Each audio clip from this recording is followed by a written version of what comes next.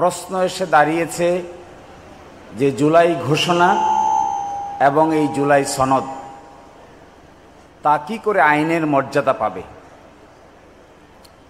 How to attain the status of legality, how আমাদের এই জুলাই অভ্যুত্থান কি করে আইনের ভাষায় ট্রান্সফর্ম হবে, that is what is the মোট কোয়েশ্চন। আমি এটার অনেক কিছু অংশ পড়ে শোনাবো, বাকিটা ইন্টারপ্রেট করব। 2009 সালে আওয়ামী লীগ রাষ্ট্র ক্ষমতায় অধিষ্ঠিত হয়। ক্ষমতা গ্রহণের পরপরই বিডিআর বিদ্রোহের নামে 57 জন দেশপ্রেমিক সেনা অফিসার সহ 74 জনকে হত্যা করে। 16 বছরের শাসনামলে পর্যায়ক্রমে আওয়ামী লীগ রাষ্ট্রের সকল প্রতিষ্ঠানকে অকার্যকর করে তোলে, বিচার বিভাগের স্বাধীনতা হরণ করে, নির্বাচন কমিশনকে একটি আজ্ঞাবহ প্রতিষ্ঠানে পরিণত করে। একই সাথে ক্ষমতা সুসংহত করার জন্য আওয়ামী লীগ রাষ্ট্রের আইন শৃঙ্খলা বাহিনীকে জনগণের মুখোমুখি দাঁড় করায়। এভাবেই বিগত 16 বছর আওয়ামী লীগ বাংলাদেশকে একটি ফ্যাসিবাদী রাষ্ট্রে পরিণত করে। ফ্যাসিবাদী ও বৈষম্যমূলক শাসনের প্রতিবাদে দেশের ছাত্র জনতা সর্বাত্মক আন্দোলন গড়ে তোলে। 2024 সালের 36 জুলাই সার্বজনীন আন্দোলনের মাধ্যমে একটি সফল গণ অভ্যুত্থান হয়। দেশের সকল শ্রেণী পেশার মানুষ স্বতঃস্ফূর্তভাবে এই গণ অভ্যুত্থানে অংশগ্রহণ করে। সহস্রাধিক মানুষ এই গণ অভ্যুত্থানে শহীদ হন। 20,000-এরও অধিক মানুষ আহত ও পঙ্গুত্ব বরণ করেন। আন্দোলনের মুখে টিকে থাকতে না পেরে ফ্যাসিস্ট সরকারের প্রধানমন্ত্রী শেখ হাসিনা সহ মন্ত্রী পরিষদ পালিয়ে যেতে বাধ্য হয়। তৎকালীন প্রধান বিচারপতি সহ আপিল বিভাগের বিচারপতিগণ পদত্যাগ করতে বাধ্য হন। দেশের প্রশাসনিক কাঠামো ভেঙে পড়ে। অভ্যুত্থান পরবর্তী সময়ে 5 থেকে 8 আগস্ট পর্যন্ত দেশে কোনো সরকার বিদ্যমান না থাকায় সাংবিধানিক শূন্যতার সৃষ্টি হয়। অকার্যকর হয়ে পড়ে সংবিধানের অনেক বিধানাবলী। আমরা হিসাব করে দেখেছি প্রায় 47টা বিধান সংবিধানের অকার্যকর হয়ে যায়। তন্মধ্যে 55, 56, 57, 58, 58 ক, 59, একই সাথে 65 এবং 92। এই 55, 56, 57, 58-তে আছে একটা চ্যাপ্টার, যে চ্যাপ্টারের মূল আলোচনার বিষয় হলো prime minister and the ministers. যেহেতু প্রাইম মিনিস্টার নাই, মিনিস্টার্স নাই, এক্সিকিউটিভ গভর্নমেন্ট নাই, সংবিধানের ওই অংশ পার্টটুকুর আর কোনো মূল্য নাই। এরপরে আছে 65 থেকে 92। 65 থেকে 92-এ আছে parliament, the constitution of the parliament, how the parliament will be constituted, what would be the function of the parliament, how the president will be elected, what will be the balance between parliament and the president। এই পার্টটুকু total omit হয়ে গেছে। একই সাথে 123 আগে ছিল নির্বাচন parliament ভেঙে যাওয়ার কতদিনের মধ্যে হবে, আর পার্লামেন্ট অস্বাভাবিক ভাঙলে কতদিনের মধ্যে হবে, এই প্রক্রিয়াও ডিসম্যান্টেল হয়ে গেছে। এবং একই সাথে সংবিধানের পিছন দিকে শপথ আছে যাদের, কনস্টিটিউশনাল পোস্ট, এই শপথগুলো অকার্যকর হয়ে যায়। ফলে এই 5 আগস্টের পরে 8 আগস্টে একটি সরকার গঠিত হয়। 5, 6, 7, 8 তারিখ সন্ধ্যা পর্যন্ত বাংলাদেশে কোনো কার্যকর সরকার ব্যবস্থা ছিল না। 8 আগস্টে প্রথম যখন সরকার গঠিত হয়, তখন আমাদের সুপ্রিম কোর্টের কাছে একটি রেফারেন্স চাওয়া হয়। এই রেফারেন্সে সুপ্রিম কোর্ট মতামত দেন ইমার্জেন্সি বেসিসে ডক্ট্রিন অফ নেসেসিটির ভিত্তিতে একটা অন্তর্বর্তীকালীন সরকার গঠন করা। আমি মনে করি এটাই হলো বর্তমান সরকার গঠনের ক্ষেত্রে সবচাইতে বড় ভুল হয়েছে। এটা হলো সাংবিধানিকভাবে সবচাইতে বড় মিস্টেক। এই মিস্টেক করা উচিত হয় নাই। এই সরকার হওয়া উচিত ছিল জনগণের অভিপ্রায়ের ভিত্তিতে গঠিত সরকার। এই সরকার কোনো 106 অনুচ্ছেদ দ্বারা প্রধান বিচারপতির কাছে পাঠানো রেফারেন্সের ভিত্তিতে গঠিত সরকার ব্যবস্থা নয়, যেখানে দেশের প্রধান বিচারপতি সহ সুপ্রিম কোর্টেই কাজ করে নাই, যেখানে প্রাইম মিনিস্টার সহ মিনিস্টার্স নাই, যেখানে পার্লামেন্ট নাই, সেখানে এই ছোট্ট সংবিধান কি করে কাজ করবে, কার মাধ্যমে কাজ করবে? এই প্রশ্নের উত্তর পরবর্তীতে আছে। বর্তমান দেখেন, আমি তার পরের পার্টটুকু পড়ে শোনাচ্ছি।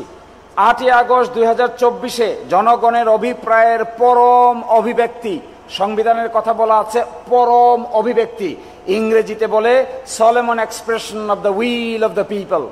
5ই আগস্টে যা হয়েছে এটা এদেশের সকল শ্রেণী পেশার মানুষের অভিব্যক্তির পরম প্রকাশ হয়েছে এবং জাতীয় ঐক্যমত্যের ভিত্তিতে বর্তমান সরকার গঠিত হয়। সংবিধানের অনুচ্ছেদ 7-এ বর্ণিত বিধানের আলোকে জনগণের অভিপ্রায়ই এই সরকারের বৈধতার স্বীকৃত উৎস এবং আইনি ভিত্তি। তাহলে একটা কথায় সকলকে ক্লিয়ারলি আন্ডারস্ট্যান্ড করতে হবে, এই সরকারের মূল ভিত্তি সংবিধানের 106 অনুচ্ছেদ নয়, এই সরকারের মূল ভিত্তি জনগণের ইচ্ছার চরম বহিঃপ্রকাশেই হলো সরকারের মূল ভিত্তি। এর বাইরে যে যা ইন্টারপ্রিটেশন দিবেন, যে যা কথাই বলবেন না কেন, তা এই ভারতীয় সাবকন্টিনেন্টের সাংবিধানিক জুরিসপ্রুডেন্স দ্বারা তাদের এই কথা সাপোর্টেড নয়। বর্তমান সরকার ক্ষমতা গ্রহণের পর ফ্যাসিবাদী কাঠামো, এটা আমি স্কিপ করে যাচ্ছি, এত অসুবিধার কারণ নাই। লাস্টের প্যারাগ্রাফ, জনগণের অভিপ্রায়ের চরম অভিব্যক্তি রূপে গঠিত সরকার প্রক্লেমেশনের মাধ্যমে জুলাই সনদকে সংবিধানের অংশ হিসেবে অন্তর্ভুক্ত করতে পারে। 1971 সালে 10 এপ্রিল অস্থায়ী সরকারের পঠিত স্বাধীনতার ঘোষণাপত্র দ্য প্রক্লেমেশন অফ ইন্ডিপেন্ডেন্স 1971 মহান মুক্তিযুদ্ধের ঐতিহাসিক জীবন্ত দলিল, যা বাংলাদেশের প্রথম সংবিধান। গুরুত্বের বিবেচনায় জুলাই সনদ একই মর্যাদার অধিকারী। ইতিহাসে যে কয়টি প্রক্লেমেশন সবচেয়ে আলোচিত, তন্মধ্যে 1863 সালের যুক্তরাষ্ট্রের প্রেসিডেন্ট আব্রাহাম লিঙ্কনের ঘোষিত ইমানসিপেশন প্রক্লেমেশন অন্যতম।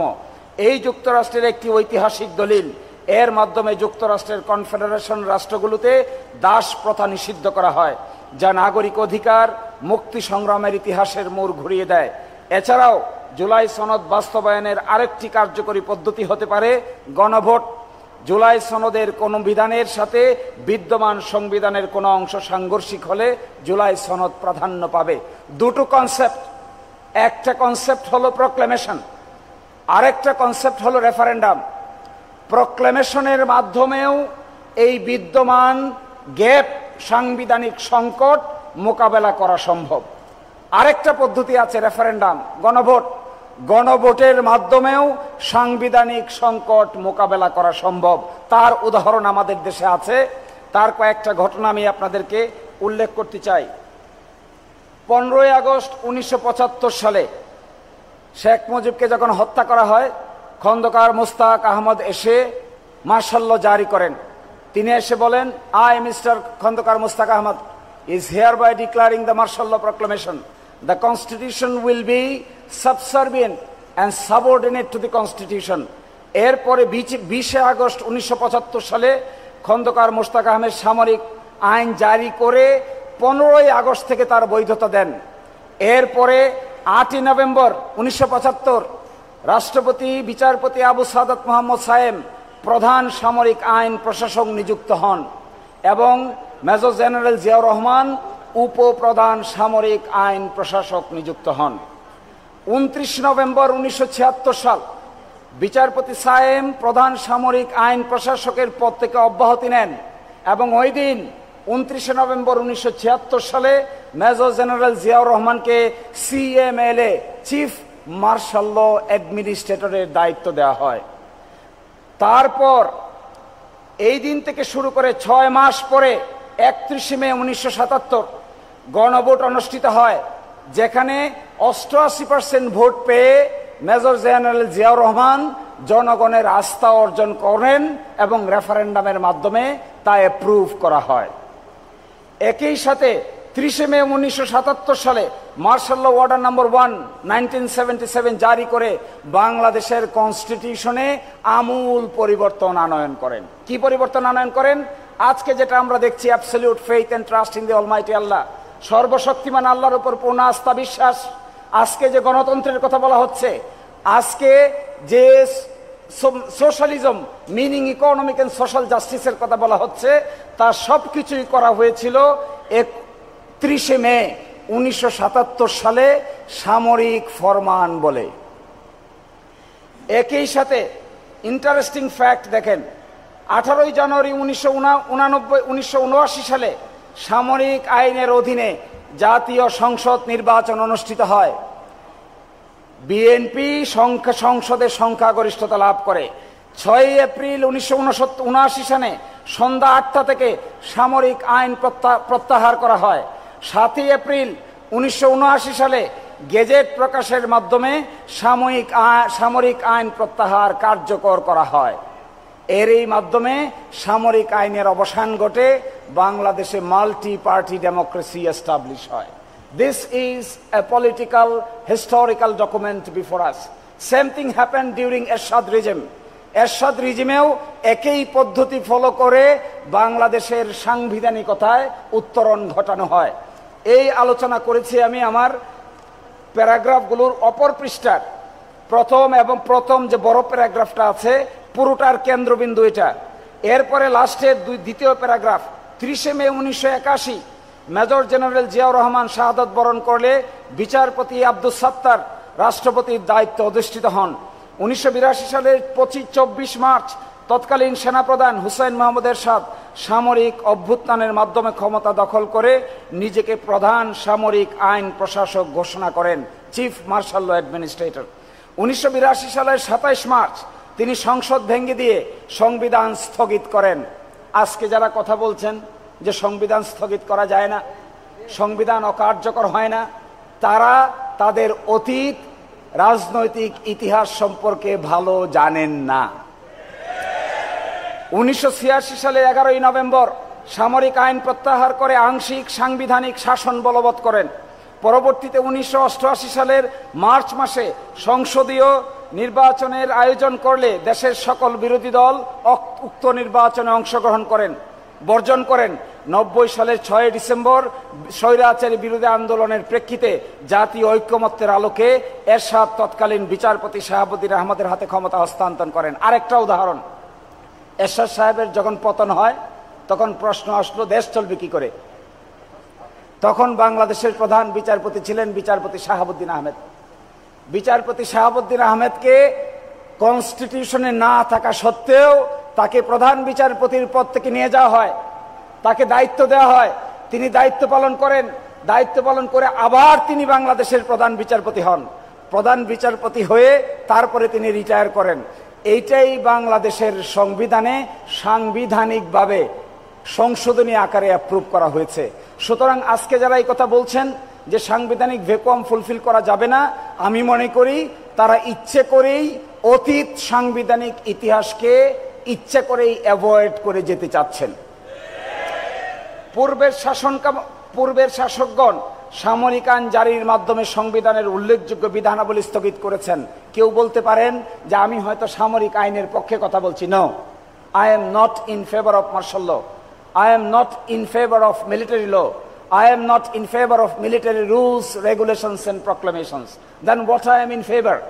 I am telling doctrine of necessity কারণে মার্শাল ল প্রক্লেমেশন যখন জারি থাকে তখন সংবিধানকে সাসপেন্ড করা যায়।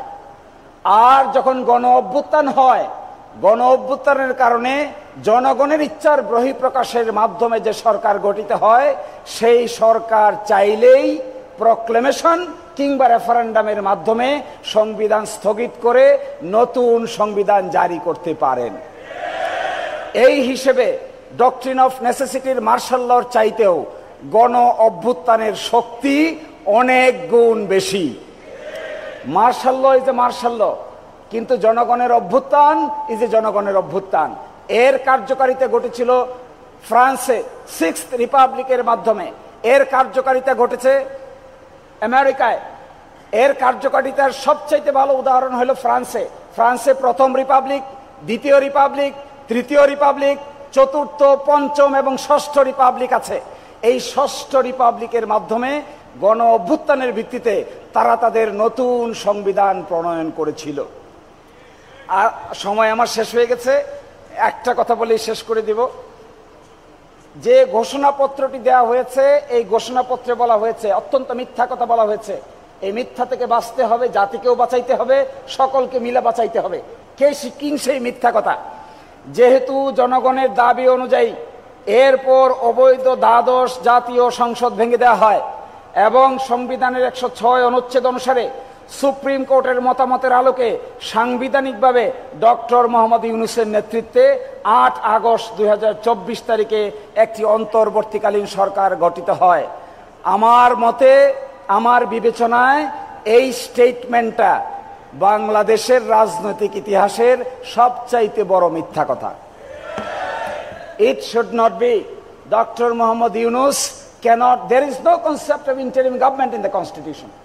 কনস্টিটিউশনে ইন্টারিম গভর্নমেন্ট বলতে কিছু নাই, অন্তর্বর্তীকালীন সরকার বলতে কোনো সরকার নাই। কনস্টিটিউশনের মধ্যে ডক্ট্রিন অফ নেসেসিটি যদি অ্যাপ্লাই করতে হয় তাহলে আগে মার্শাল ল জারি করতে হবে। যদি মার্শাল ল জারি না করা হয় তাহলে ডক্ট্রিন অফ নেসেসিটি অ্যাপ্লাই করা যায় না।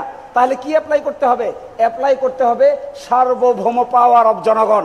কিন্তু আমরা 106 ভিত্তিতে যা করা হচ্ছে, আমার মতে আমরা এই গণ অভ্যুত্থানের সঙ্গে একটা প্রকাশ্য প্রতারণার আশ্রয় নিয়েছি। লাস্ট কথা, আমরা একটা খসড়া পেয়েছি, জুলাই সনদের খসড়া দেওয়া হয়েছে গতকালকে। এই খসড়াপত্রে অনেক ভালো ভালো কথা বলা আছে, লাস্টে একটা ছোট্ট কথা বলা আছে, এই কথাটা খুবই আপত্তিকর। এটা বলেই শেষ করে দিচ্ছি, যেহেতু সাবজেক্ট ম্যাটারটা এটা। আমরা এই মর্মে একমত যে জুলাই জাতীয় সনদ 2025-এর যে কোনো প্রস্তাব, সুপারিশ অবিলম্বে বাস্তবায়নযোগ্য বলে বিবেচিত হবে। সেগুলো কোনো প্রকার কালক্ষেপণ না করেই পরবর্তী জাতীয় সংসদ নির্বাচনের আগে সরকার ও অন্যান্য সংশ্লিষ্ট কর্তৃপক্ষসমূহ সম্পূর্ণরূপে বাস্তবায়ন করবে। অর্থাৎ এখানে প্রপোজাল দেওয়া হচ্ছে সংসদ নির্বাচনের আগে যতটুকু বাস্তবায়ন ততটুকু করা হবে, আর সংসদ নির্বাচনের পরে বাকি অংশ বাস্তবায়ন করা হবে। আপনারা কি এটার সঙ্গে একমত? No. Revolution is an revolution, বিপ্লব ইজ এ বিপ্লব, অভ্যুত্থান ইজ এ অভ্যুত্থান। অভ্যুত্থান নিজেই constitution. Solomon expression of the will of the power is itself is a constitution. এই কনস্টিটিউয়েন্ট অ্যাসেম্বলি সম্পর্কে যাদের ধারণা নাই, constituent power of the people সম্পর্কে যাদের ধারণা নাই, constitution power of the people কিভাবে গঠিত হয়, how a political source of power comes, groan norm কাকে বলে, কেলসনের থিওরি কাকে বলে, কেলসনের থিওরি কিভাবে জন্ম নেয়, এর সম্পর্কে যাদের ধারণা নাই তারাই শুধু এই বোকার মতো কথা বলতে পারে। ফলে আমার টাইম শেষ। I am sorry, time is very critical. It is the time to discuss and decide about the implementation of the constitutional fragmentation. The country is in crossroad. There is a hope. There are many things coming in front of us. I expect Jamaat Islami যে উদ্যোগ নিয়েছে সকলে মিলে একমত হবে যে নির্বাচনের আগেই জুলাই সনদ এবং জুলাই ঘোষণার পরিপূর্ণ বাস্তবায়ন করতে হবে। এই বাস্তবায়ন করার দুই পদ্ধতি, আমাদেরকে ড্রাফট করতে দেন, আমরা ড্রাফট করে দেই। যদি আপনাদের ক্যাপাসিটি না থাকে, give us, we will give you the draft. যদি আপনাদের মাথায় না ধরে, ইন্টেলেকচুয়ালিতে না খোলায়, বুদ্ধি বিবেকে না ধরে, তাহলে বুদ্ধি কোথা থেকে আনতে হয় আমাদের কাছে পাঠান, আমরা আপনাদেরকে বুদ্ধি শিখিয়ে দিচ্ছি। আসসালামু আলাইকুম।